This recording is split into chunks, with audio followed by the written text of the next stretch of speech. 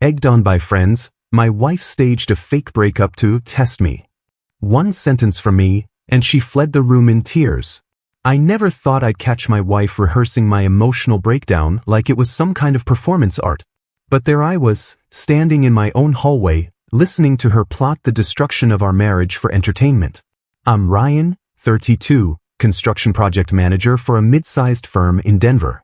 I make about $78,000 a year, nothing spectacular but steady work that keeps us comfortable in our 3-bedroom ranch in the suburbs. I've been with Angela for 6 years, married for 4, and until that Tuesday afternoon, I thought we had something solid. The kind of relationship where you don't play games because you've already won by finding each other. Shows what I knew. The client meeting got canceled around 2 in the afternoon, some permitting issue that pushed everything back a week. My foreman told me to head home early since we couldn't start the foundation work without approved plans. I texted Angela that I was coming home but got no response. Figured she was deep in one of her true crime podcasts or maybe napping since she'd mentioned being tired lately. I pulled into our driveway around 3:15, noticed her car was there along with that obnoxious white Range Rover that belonged to Linda, her book club friend who I'd never trusted. Something about the way Linda always looked at our house like she was calculating its resale value made my skin crawl. I grabbed my lunch cooler from the passenger seat and headed for the side entrance we always used, the one that opens directly into the mudroom off the kitchen. That's when I heard Angela's voice coming through the partially open window, animated and excited in a way I hadn't heard in months. So I just say I need space to find myself? Angela was saying, her voice uncertain but intrigued. That's the opening line, but you need to really sell it, Linda's voice responded, sharp and confident like she was coaching someone through a sales pitch. Tears if you can manage them. Remember, we need to see if he'll actually fight for you or if he's just coasting on autopilot like most husbands. I froze with my hand on the doorknob, something cold settling in my stomach. Book club was supposed to be about discussing novels, not whatever psychological experiment they were planning. I don't know if I can cry on command, Angela admitted. Practice in the mirror beforehand. Another voice chimed in, Heather maybe, the one who'd gotten divorced last year and seemed determined to recruit others to her misery. Think about something sad, like that scene in The Notebook when she doesn't recognize him. Works every time. My hand dropped from the door. I needed to hear more of this before I walked in and ended it. Slowly, carefully, I backed away from the entrance and moved toward the living room window where I could hear better without being seen. The rational part of my brain was screaming that this couldn't be what it sounded like, but the evidence kept mounting with every word. The key is to mention couples therapy as bait, Linda continued, clearly the ringleader of this disaster. They always jump at that because it makes them think there's hope. While he's desperately trying to fix things you barely even need fixing, document everything.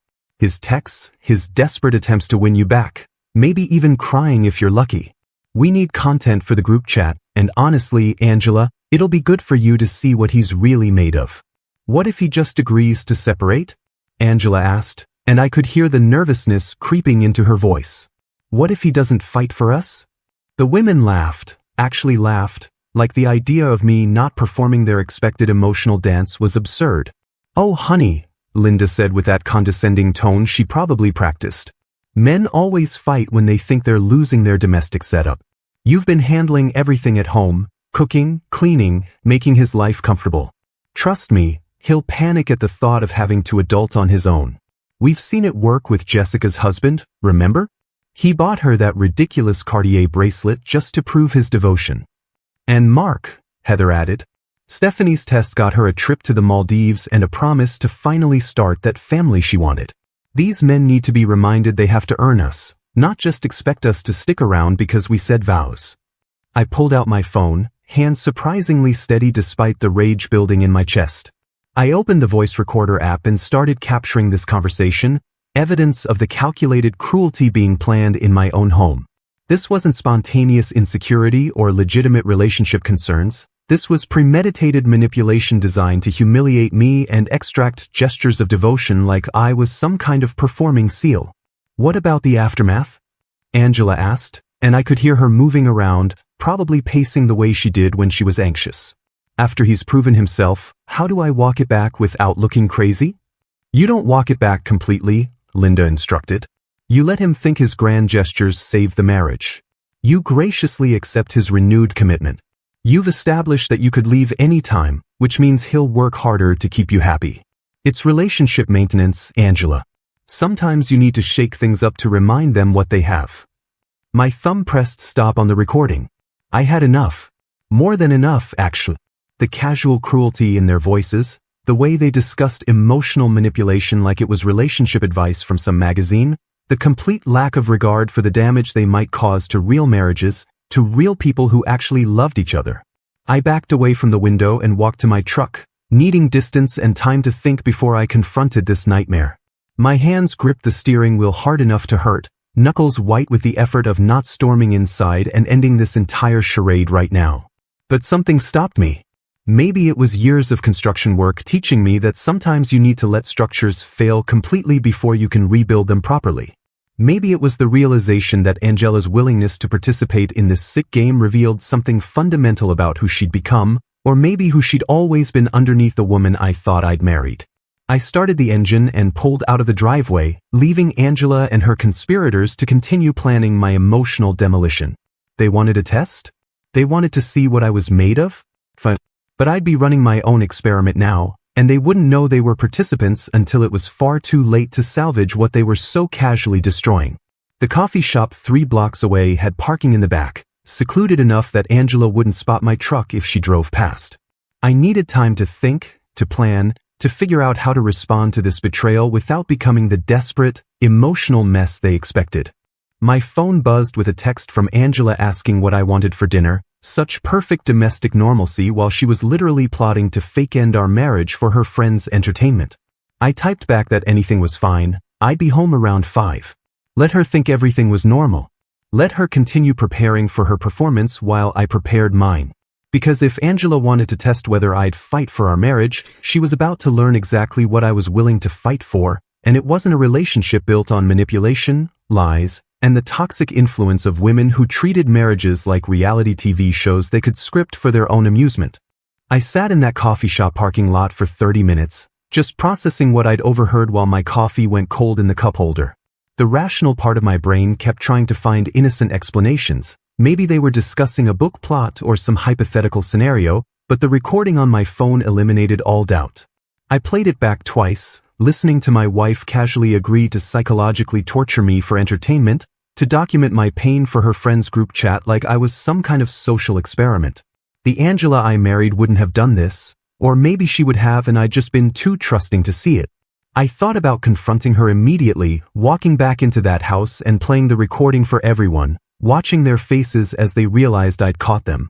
The vindication would feel good for about 30 seconds before the real damage set in, the relationship imploding in accusations and defensiveness, her friends rallying around her with excuses about how I was overreacting or taking things out of context. No, I needed a different approach. I needed to let Angela commit fully to this scheme, let her reveal exactly who she'd become when she thought I was ignorant and vulnerable. Only then would she understand what she destroyed with her willingness to play games with our marriage. I pulled out my phone and started researching, typing, how to document emotional manipulation, and evidence for divorce proceedings into Google. I wasn't sure I wanted a divorce, but I needed to be prepared for that outcome, needed to understand my options if Angela's test revealed that our marriage was already dead and I just hadn't noticed the corpse yet. The articles I found painted a grim picture of relationships where one partner treated the other's emotions as toys to manipulate, where trust became a weapon instead of a foundation. By 4:30, I had a plan. I'd go home, act completely normal, and let Angela proceed with her theatrical breakup when she felt ready. But instead of the desperate, emotional response she expected, I'd give her something else entirely: calm acceptance, practical planning, maybe even enthusiasm about reclaiming my independence. Let her friends watch their carefully constructed test backfire when I refused to perform my assigned role as the panicked husband. I'd document everything, every conversation, every manipulation attempt, every moment she tried to manufacture drama for her audience. And when the time was right, when she'd fully committed to this charade and realized it wasn't going the way she'd planned, I'd reveal that I'd known from the beginning. I pulled back into our driveway at 5:07, exactly when I said I'd be home. Linda's Range Rover was gone, her toxic influence temporarily removed from my house but permanently embedded in my wife's willingness to betray me. I grabbed my lunch cooler and walked through the side entrance like nothing had changed, like I hadn't just spent the last 90 minutes planning the potential end of my marriage. Angela was in the kitchen, and the scene would have been touching if I didn't know the truth. She'd made my favorite meal, her grandmother's pot roast recipe that she only broke out for special occasions, and the whole house smelled like comfort and home. Her hands were trembling slightly as she chopped carrots for the salad, and I noticed her phone face down on the counter, probably full of messages from her co-conspirators asking how she felt about the upcoming performance. "Hey babe," I said, keeping my voice warm and normal. "Something smells incredible." She jumped slightly, hadn't heard me come in. "Oh, you're home. I thought I'd make something nice since it's Tuesday." Tuesday meant nothing. We'd never had special Tuesday dinners before, but I played along. "Well, I'm not complaining. Client meeting got canceled, so I finished early. Anything I can help with?" No, just relax," she said quickly, and I caught her studying my face like she was looking for signs that I suspected something. "How was your day?" I launched into a detailed description of the permitting issues at work, watching her nod along while her mind was clearly elsewhere. She kept glancing at her phone, kept touching her hair the way she did when she was nervous, kept practicing these little facial expressions like she was rehearsing for a play.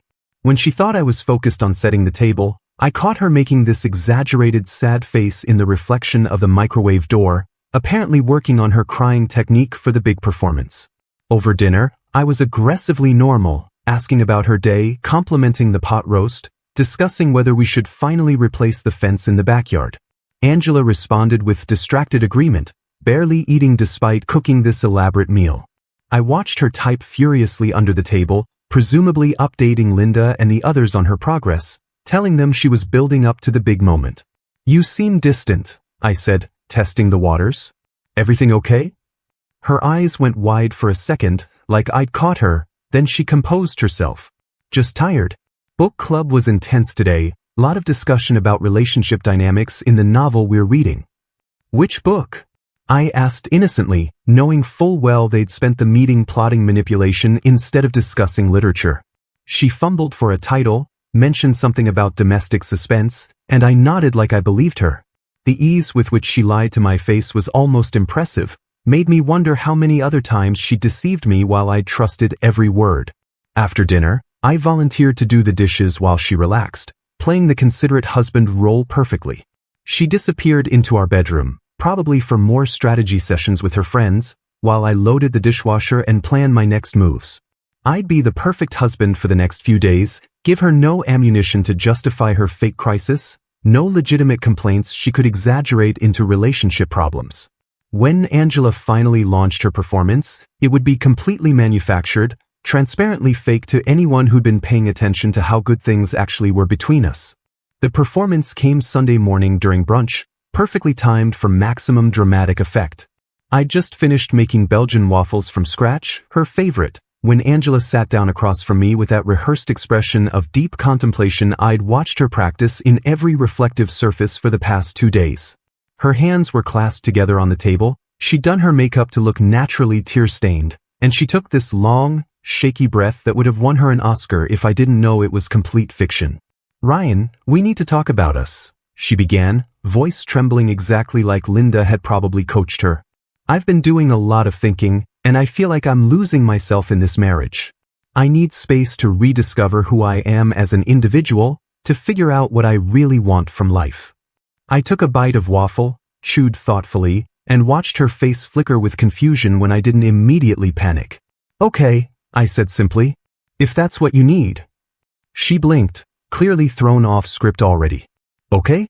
That's all you have to say?" "Well, if you're unhappy, we should definitely address that," I replied, pulling out my phone. "Should we call a real estate agent today or wait until Monday? Sunday showings might actually work in our favor, less competition." The color drained from her face. "Real estate agent? What are you talking about?" "For selling the house," I explained patiently, already Googling divorce attorneys in Denver. "If we're separating, we'll need to divide assets. The house is our biggest one, makes sense to get ahead of that process. I'm thinking we should probably aim for a 60-day closing timeline, gives us both time to find new places without rushing." Angela's carefully constructed emotional facade was crumbling faster than I could have hoped. You want to sell our house? You said you need space to find yourself, I pointed out, opening a spreadsheet app on my phone. Can't really do that while we're living together, right? Let me just calculate our equity position real quick. We bought at 280, put down 56,000, been paying for 4 years at 3.2% interest. I started typing numbers while she stared at me like I'd grown a second head. After closing costs and agent fees, we're probably looking at about 42,000 each. That's a decent start for new apartments. I didn't say I wanted a divorce, she protested, her practiced sadness replaced by genuine panic. I just need some time to think. Right? Separation, I agreed. But we should still get the financial stuff sorted out. Oh, and we'll need to figure out custody arrangements for Biscuit. Biscuit was our 3-year-old golden retriever, and mentioning him made Angela's eyes actually well up with real tears. Custody? For our dog. I'm thinking alternating weeks makes sense, I continued, completely committed to this bit now. I'll take him Mondays through Sundays 1 week, you get him the next. We can meet at that dog park on Morrison Road for the handoffs, neutral territory and all that. I could see her trying to process this, trying to figure out how her test had transformed into an actual separation discussion with logistical planning. This wasn't in Linda's playbook. The husband wasn't supposed to embrace the breakup with spreadsheet efficiency. You've clearly been thinking about this, she said slowly, accusation creeping into her voice. Actually, I just started researching during my lunch breaks this week. I lied smoothly. After you mentioned needing space on Tuesday, I wanted to be prepared to support whatever decision you made.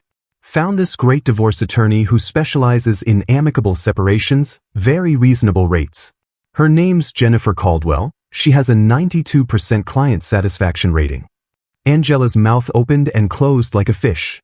You've been researching divorce attorneys? Well, yeah, I said, acting confused by her surprise. You said you're losing yourself in our marriage. That's pretty serious stuff, Angela. I figured we should be practical about the next steps rather than dragging this out with false hope. I stood up and started clearing the table, the perfect picture of a man efficiently managing a crisis. Oh, and I was thinking about the retirement accounts. We'll need to do a QDRO for my 401k. That's a qualified domestic relations order, prevents tax penalties when we split it. I've been contributing for 8 years, so you're entitled to half of the marital portion, probably around 38,000. Stop, Angela said, her voice breaking with real emotion now. Just stop with all the planning. This isn't what I wanted. What did you want? I asked, turning to face her with deliberate innocence. You said you need space to find yourself. I'm trying to give you that space as efficiently as possible. Would you prefer I fight against your clearly stated needs? That seems counterproductive and honestly kind of selfish. She had no answer for that, trapped by her own fabricated crisis. If she admitted she didn't really want separation, she'd have to explain why she brought it up. If she stuck to her story, she'd have to accept my helpful cooperation in dismantling our marriage. I thought you'd be more upset, she finally whispered. I thought we had something worth fighting for. We did have something worth fighting for, I agreed. Past tense. But you just told me you're losing yourself in it, that you need to rediscover who you are without me. I'm not going to beg you to stay in a situation that makes you unhappy, Angela. I have too much respect for both of us to do that pathetic, desperate husband routine. I watched that land, watched her realize that her test had backfired completely. She wanted me to fight, to prove my devotion through dramatic gestures and emotional breakdowns. Instead, I was cheerfully planning our divorce like it was a project with milestones and deliverables. Maybe we could try couples therapy first, she suggested desperately, and I almost laughed at the predictability. There was Linda's bait suggestion, right on schedule. We could work through this together, figure out how to help me find myself while staying married. Throwing good money after bad, I said with a sad smile. You've clearly already checked out emotionally, Angela. Therapy only works when both people actually want to stay married. Would you rather we waste thousands of dollars and 6 months of sessions just to arrive at the same conclusion? That seems cruel to both of us. Her phone buzzed on the table, probably her friends asking for updates on my emotional breakdown. Instead, they were going to get a very different story about the husband who enthusiastically embraced the separation their manipulation scheme created. I need to think about this, she said, standing abruptly. No rush, I replied. Take all the time you need. I'm going to start boxing up my stuff for the spare bedroom. Figured I'd move in there until we sort out the house situation. Gives us both some immediate space. Over the next week, I committed to my role as the supportive husband of separation with Oscar-worthy dedication. I moved my clothes to the spare bedroom, set up a temporary living space with my laptop and books, and even hung a few pictures on the walls like I was settling in for the long haul. Every morning, I'd cheerfully update Angela on my apartment hunting progress over coffee, showing her listings for one-bedroom places near work that had reasonable rent and allowed dogs for alternating custody weeks. This one has a nice balcony for Biscuit, I'd say, swiping through photos on my phone. And it's only a 15-minute drive to the handoff location we discussed. Very convenient for both of us. Angela would stare at me like I'd lost my mind, her coffee cup frozen halfway to her lips. She'd stopped eating much, I noticed, probably because her appetite disappeared along with her confidence in this manipulation scheme. The desperate attempts to walk back her decision started on day 3. Maybe I was too hasty about needing space, she suggested during dinner, pushing food around her plate. What if we tried a romantic getaway instead? Just reconnect. Remember why we fell in love. I looked up from my meal prep containers. I'd started batch cooking for one to save money in my upcoming bachelor life. A vacation together when you just said you need space from me? That's contradictory, Angela. Besides, I already put a hold on our joint credit cards, didn't want any unexpected charges during the asset division process. You froze our credit cards? Her voice went up an octave. Not froze, just put a hold pending our separation agreement, I corrected. My attorney suggested it as a protective measure. Don't worry, I transferred your half of our checking account to your personal account, should be about $6,000. That'll cover expenses until we finalize everything. The panic in her eyes was delicious. This wasn't how the test was supposed to go. I was supposed to be the desperate one, not her. What if we renewed our vows? She tried the next day, voice trembling with genuine desperation now. Like a fresh start, reaffirming our commitment to each other? Spend money on a ceremony for vows you already broke? I asked, genuinely curious about her logic. That seems wasteful, Angela. You clearly stated our marriage is making you lose yourself. I'm just respecting that truth. Why would I trap you in something that makes you unhappy? She had no answer, just retreated to our bedroom, her bedroom now I guess, and I heard her on the phone with her friends. The conversations were heated, whispered arguments about how this wasn't supposed to happen, how I was supposed to be fighting for her, not cheerfully dismantling our life together. I took Biscuit for long walks during these calls, giving her privacy to panic with her co-conspirators. By day 5, I'd scheduled consultations with 3 different divorce attorneys, carefully leaving the appointment confirmations on the kitchen counter where Angela would see them. I'd also started openly browsing furniture for my future apartment, asking her opinion on whether I should go with the gray couch or the navy one for my new bachelor pad. The gray is more versatile, I explained, showing her the options on my tablet. But the navy might make the space feel more masculine, more like a fresh start, you know? I don't want to help you decorate your apartment, she snapped, the first real anger breaking through her manufactured sadness. I want you to fight for our marriage. But you said you need space to find yourself, I reminded her gently, like explaining something to a child. I'm trying to support that journey, Angela. Would you prefer I be one of those controlling husbands who ignores their wife's clearly stated needs? That seems pretty toxic. The trap was perfect. Anything she said now would contradict her original performance.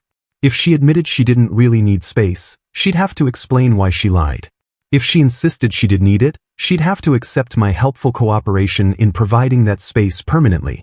On day 6, I casually mentioned which friends I'd stay closer to post-divorce during our awkward shared breakfast. Obviously, I'll still hang with the guys from our couples game nights, but I figure you'll probably want them since they're more your crowd anyway. I've been thinking about reconnecting with some college buddies, maybe join that adult soccer league Dan keeps inviting me to. You're dividing up our friends already? Angela's voice cracked. Just being practical, I said, spreading peanut butter on my toast with careful precision. Divorce gets messy when people try to maintain the same social circle. Easier if we establish separate groups now, avoid awkwardness later. I watched her face crumple, watched the reality of actual consequences sink in. This wasn't a game anymore, wasn't a test she could abort when it stopped being fun. I'd taken her fake crisis and turned it into a real separation, complete with legal consultations, financial divisions, and social restructuring. I think I made a mistake, she whispered. About what? About needing space. About all of it. I don't actually want a separation, Ryan. I set down my toast and looked at her directly, letting silence stretch between us. Then why did you say you did? I was confused, she fumbled. I've been stressed, and I let my emotions get the better of me. But I realize now that what I really need is us, together, working through things. Working through what things? I pressed. You never mentioned any actual problems in our marriage, Angela. You just said you're losing yourself. That's not a problem I can fix, that's an identity crisis you need to resolve independently. She started crying then, real tears that had nothing to do with Linda's coaching. Please, can we just go back to how things were before? Pretend this never happened. We can't pretend away the truth, I said softly. You revealed something fundamental about how you see our marriage, how willing you are to throw it away when you feel like you need to find yourself. That's not something I can just forget. I'll do anything, she begged. Therapy, counseling, whatever you want. Just please don't leave me. I stood up, putting my plate in the dishwasher with deliberate calm. I'm not leaving you, Angela. You're leaving me, remember? I'm just making it easier for you to do what you clearly want to do deep down. As I walked away to get ready for work, I heard her sobbing at the kitchen table, her phone buzzing with messages from friends who were probably wondering why their entertainment had turned into a disaster. Let them wonder, I thought. Let them all see what happens when you treat someone's heart like a toy to play with. The revelation came on day 8, over dinner at Maggiano's, the Italian place where we'd had our first date 6 years ago. Angela had begged for this dinner, called it a last chance to talk before I signed with an attorney, and I'd agreed because I knew this was when I'd finally play my trump card. She dressed up for the occasion, wearing the blue dress I'd always loved, and she'd clearly been crying before I picked her up because her eyes were puffy despite fresh makeup. We ordered wine, made small talk about nothing, and I watched her work up the courage to make her final plea. I need you to know something, she began, voice shaking. I love you, Ryan. I've always loved you, and I was an idiot for saying I needed space. It was the stupidest thing I've ever done. I nodded, sipping my wine. Okay. Okay? That's all you're going to say. Her frustration was building. I'm pouring my heart out here, and you're acting like I'm talking about the weather. What do you want me to say, Angela? I asked. That I forgive you? That we can go back to normal? We can't go back to something that was clearly broken if you were willing to throw it away so easily. It wasn't easy, she protested. It was the hardest thing I've ever done. Really? I pulled out my phone, placed it on the table between us. Because from what I heard, it seemed pretty calculated and rehearsed. Her face went white. What are you talking about?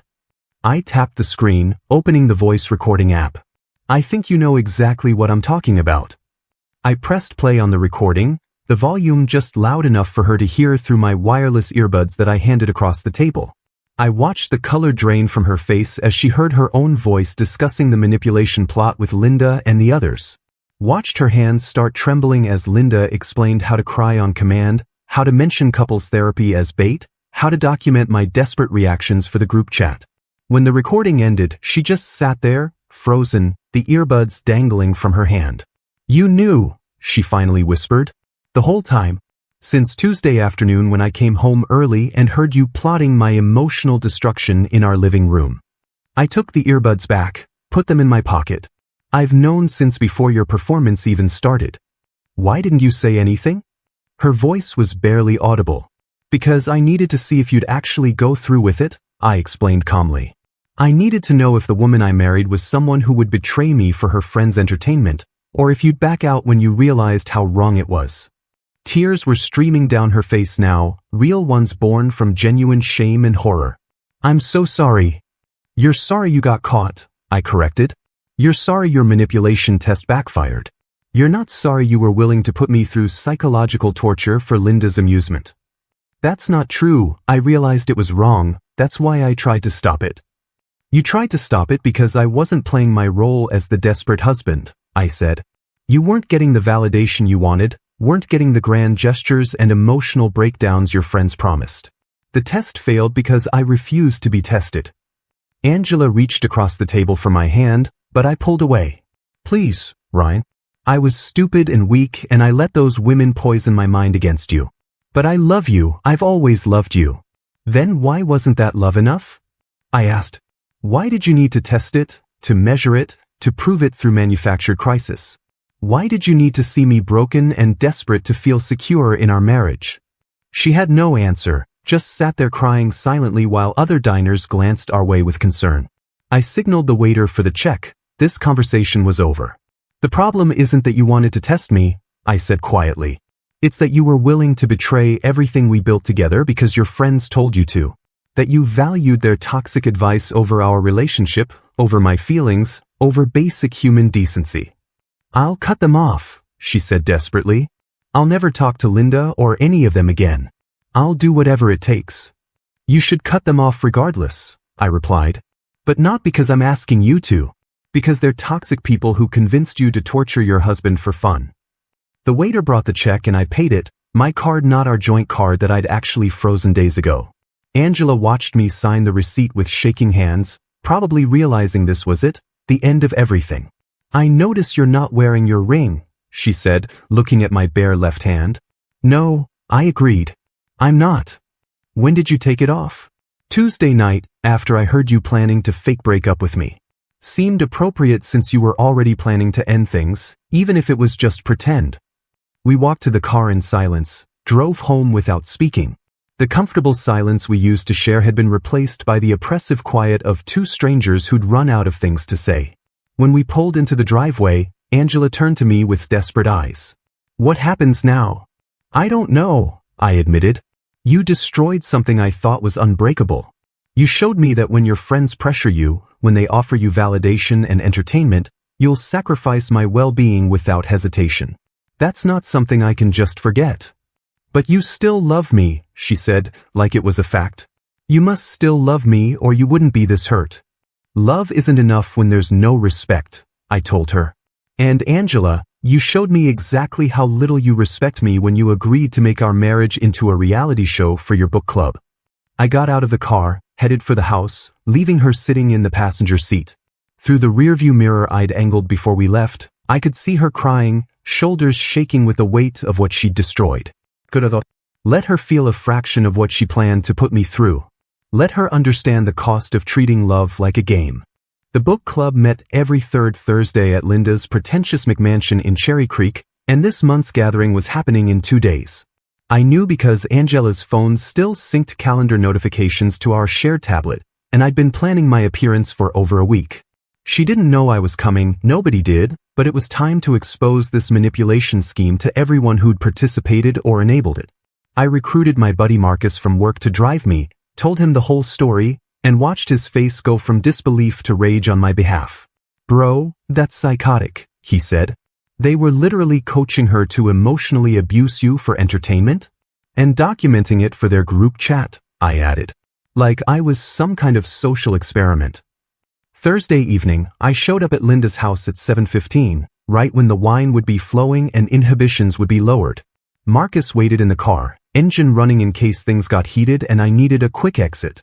I could hear laughter through the front door, the sound of women who thought they'd gotten away with something clever. I rang the doorbell, heard the laughter stop, heard footsteps approaching.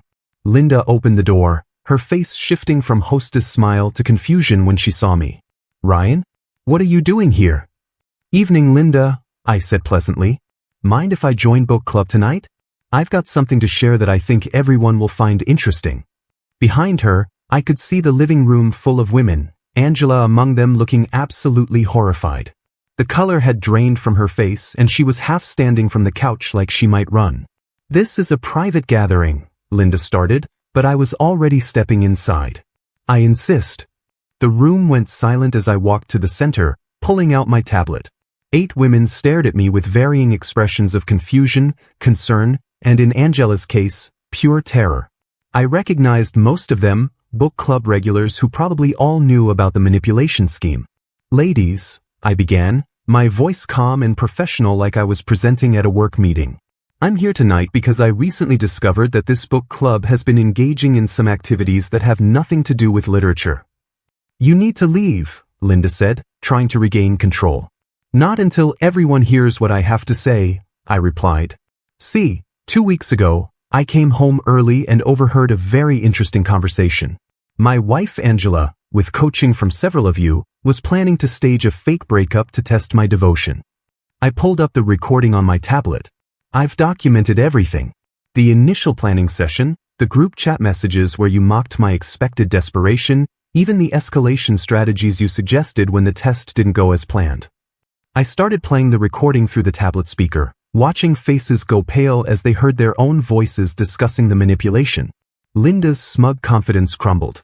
Heather tried to grab for my tablet, but I stepped back. Other women looked genuinely shocked, clearly not part of the inner circle that had planned this. This is harassment, Linda sputtered. You're invading our privacy. Privacy? I laughed.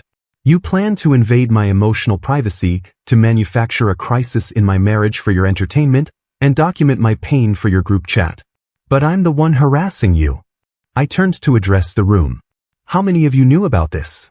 How many participated in coaching Angela to psychologically torture her husband? Silence, then slowly, 3 hands went up besides Linda's. Angela, Heather, and a woman named Tiffany who I'd always thought seemed nice. The others looked genuinely appalled. And how many of your husbands have been subjected to similar tests? I asked. The reactions told me everything. 2 women, Jessica and Stephanie, exchanged guilty looks. Another, Michelle, suddenly became very interested in her wine glass. Let me guess, I continued. Jessica, your husband bought you that Cartier bracelet after you tested him? And Stephanie, that Maldives trip was his desperate attempt to prove his devotion after you manufactured some crisis. Jessica's face went red. That's none of your business. It became my business when you used it as a success story to encourage Angela, I shot back. I looked around the room at the husband's absent faces in the family photos on Linda's walls. Your partners deserve to know what you've been doing. They deserve to know that their wives see them as ATMs and entertainment, not as human beings worthy of respect. This is ridiculous, Linda tried again. We were just giving relationship advice. Advice? I pulled up screenshots from their group chat on my tablet, the ones Angela had left open on her laptop during one of her panicked strategy sessions.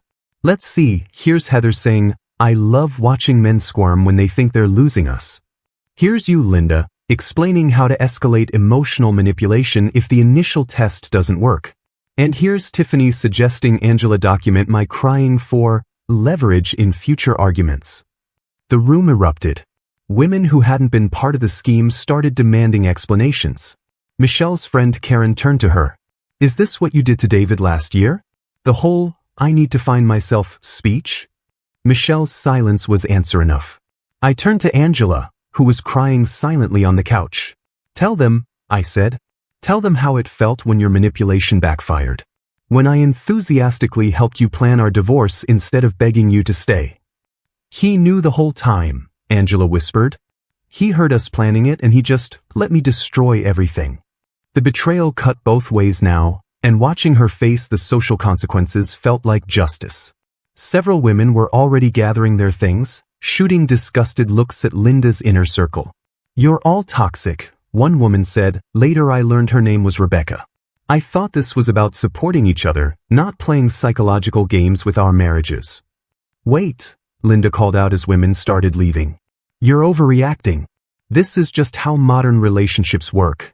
You have to keep men on their toes. By emotionally abusing them? Rebecca shot back. By treating them like they're less than human? That's not relationship advice, that's sociopathic. I watched the book club implode, women taking sides, friendships ending in real time. Angela sat frozen, watching her social circle collapse because of her choices. The women who'd participated in the scheme were being ostracized by those who hadn't, and several people were pulling out phones to call their husbands with confessions and apologies. I'm seriously considering divorce, I announced into the chaos. Not because of the test itself, though that was cruel enough, but because Angela chose peer pressure over our marriage. She chose Linda's toxic validation over my well-being. She chose to be someone I don't recognize. Linda tried one last time to regain control. Get out of my house.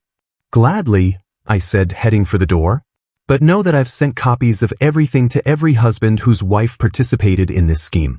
They deserve to know what their partners think of them. As I walked out, I heard Angela call my name, desperate and broken. I didn't turn around.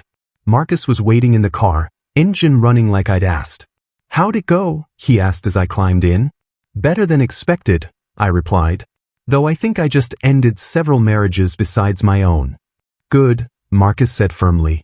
People who treat love like a game deserve to lose. We drove away from Linda's house, leaving chaos in our wake. My phone started buzzing with messages almost immediately, angry texts from Linda calling me horrible names, desperate pleas from Angela begging me to come home, even a few thank you messages from husbands who'd apparently just learned what their wives had done. I silenced them all and focused on breathing, on processing what I'd just done.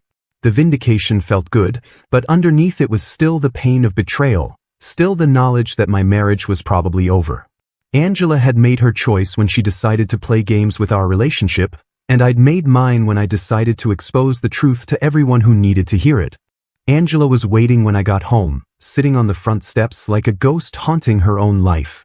Her face was blotchy from crying, mascara streaked down her cheeks, and she looked smaller somehow, diminished by the consequences of her choices. I walked past her toward the door, but she grabbed my arm.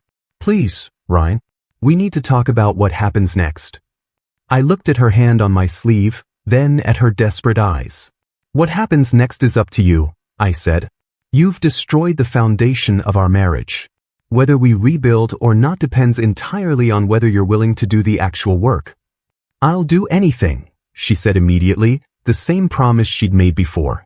But this time felt different, heavier with genuine understanding of what she'd lost. I sat down on the steps beside her, maintaining distance between us. Here's what has to happen if we're even going to attempt to save this, I began. First, you cut off all contact with Linda, Heather, Tiffany, and anyone else who participated in that manipulation scheme. Block them on everything, no exceptions. She nodded frantically. Done. I never want to see any of them again. Second, individual therapy. Not couples therapy, individual. You need to figure out why you're so easily influenced by toxic people, why you chose their validation over our marriage.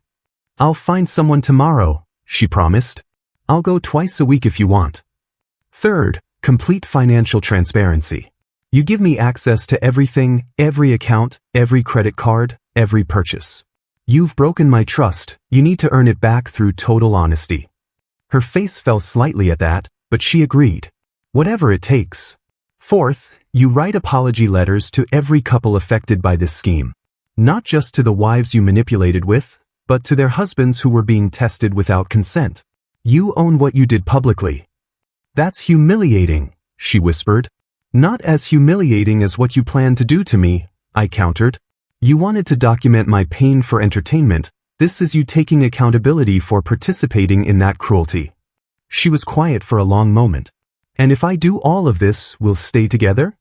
If you do all of this, I'll consider whether staying together is even possible, I corrected. I make no promises, Angela.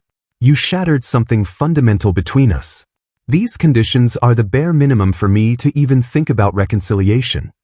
How long? She asked. How long until you know? Months. Maybe a year. However long it takes for you to prove through consistent actions that you've actually changed, that you're someone I can trust again. I stood up, headed for the door. And Angela? If I catch you in contact with any of those women, if you miss a single therapy session, if I find out you're not being completely honest about anything, we're done immediately. No second chances. The first week was brutal. Angela blocked her entire friend group, went from a social butterfly to essentially isolated except for work. She found a therapist who specialized in peer pressure and toxic relationships, started sessions 3 times a week instead of the twice I'd required. She wrote those apology letters, each one genuine and painful, taking full responsibility without making excuses. I read them before she sent them, made her rewrite 2 that still tried to shift blame. Watching her face the consequences of her actions was satisfying in a grim way, but it didn't heal the wound she'd created. I still moved through our house like we were roommates, still slept in the spare bedroom, still kept emotional walls firmly in place. She'd cry sometimes when she thought I couldn't hear, which was often since I could hear everything through our thin walls. 1 month in, her therapist requested a joint session. Dr. Patterson was a no-nonsense woman in her 50s who didn't sugarcoat anything. "Angela's been doing the work," she told me directly. "She's confronting some deep insecurities about self-worth and belonging that made her vulnerable to manipulation. But Ryan, you need to decide if you're actually open to reconciliation or if you're just punishing her." "I'm protecting myself," I replied. "There's a difference." "Is there?" Dr. Patterson challenged. "Because from what Angela describes, you're holding the possibility of reconciliation over her head while refusing to engage emotionally. That's its own form of manipulation." That hit harder than I expected. Was I being cruel by making her jump through hoops while keeping my heart locked away? "She tried to psychologically torture me for her friend's entertainment," I said. "I think I'm entitled to some protection." "Absolutely," Dr. Patterson agreed. "But at some point, you need to decide if you're healing or just inflicting reciprocal pain. Angela can't prove she's changed if you never give her the opportunity to be trusted again." 3 months in, Angela had transformed in visible ways. She'd lost the nervous energy that came from constantly seeking external validation. She'd started painting again, something she'd given up years ago. She volunteered at a women's shelter twice a week, working with abuse survivors and learning about healthy relationship dynamics from the other direction. The apology letters had actually helped repair some of the damage to other marriages, with several couples reaching out to thank her for the wake-up call that led them to therapy. I started seeing glimpses of the woman I'd married, the one I'd fallen for before Linda's toxic influence. 6 months after that disastrous book club meeting, I came home to find Angela in the kitchen, cooking dinner like she used to. But something was different. She wasn't doing it desperately, trying to win me back. She was doing it because she wanted to, humming along to music, content in her own space. "Smells good," I said, surprising both of us by actually engaging. She turned, gave me a small smile. "Chicken piccata. I know it's your favorite, but I made it for me too." Trying to remember things I enjoy doing, not just things I do to please others. That night, we ate dinner together at the table instead of in separate rooms. We really talked about her therapy insights, about my struggle to trust again, about whether we could build something new from the ruins of what she'd destroyed. "I don't know if I can ever forget what you did," I admitted. "I wouldn't want you to," she replied. "I need to live with the consequences of my choices. But maybe we can build something where that betrayal is part of our history instead of our entire story." 1 year after the fake breakup scheme, we were in a different place. Not back to where we were, that innocent trust was gone forever. But we built something new, more honest, more resilient. Angela had maintained every single condition I'd set. No contact with her toxic former friends, consistent therapy, complete transparency, ongoing accountability. I'd slowly let my walls down, testing whether the changes were real. We'd gone to couples therapy, worked through the trauma together. I'd moved back into our bedroom, though some nights I still struggled with memories of her betrayal. The ring went back on my finger 6 months ago, though I'd made her understand it could come off again if she ever broke my trust. She accepted that, understood that some damage leaves permanent scars. Linda's book club dissolved completely. Several marriages ended, others rebuilt like ours. Angela became an advocate against relationship manipulation, speaking at therapy groups about the damage caused by toxic friend dynamics and peer pressure in marriages. She used her shame as fuel for helping others avoid the same mistakes. I never fully healed from the betrayal, but I learned to live with the scar tissue. Angela proved through consistent action over time that she'd genuinely changed, that the woman who'd agreed to torture me for entertainment was gone, replaced by someone who understood the sacred responsibility of loving someone. Our marriage survived, but it was different. Harder one, more honest, built on brutal truth instead of blind trust. Some nights I still wondered if I should have walked away completely, if staying was strength or weakness. But watching Angela work every single day to be worthy of a second chance, seeing her transform pain into purpose, I knew I'd made the right choice for us. Not every betrayal deserves forgiveness, but some people genuinely learn from their mistakes. Angela spent a year proving she was one of them, and I spent a year learning that love isn't about never being hurt, it's about deciding what you're willing to heal from together. The fake breakup test destroyed our old marriage, but from those ruins, we built something more real than what Linda's manipulation had tried to measure.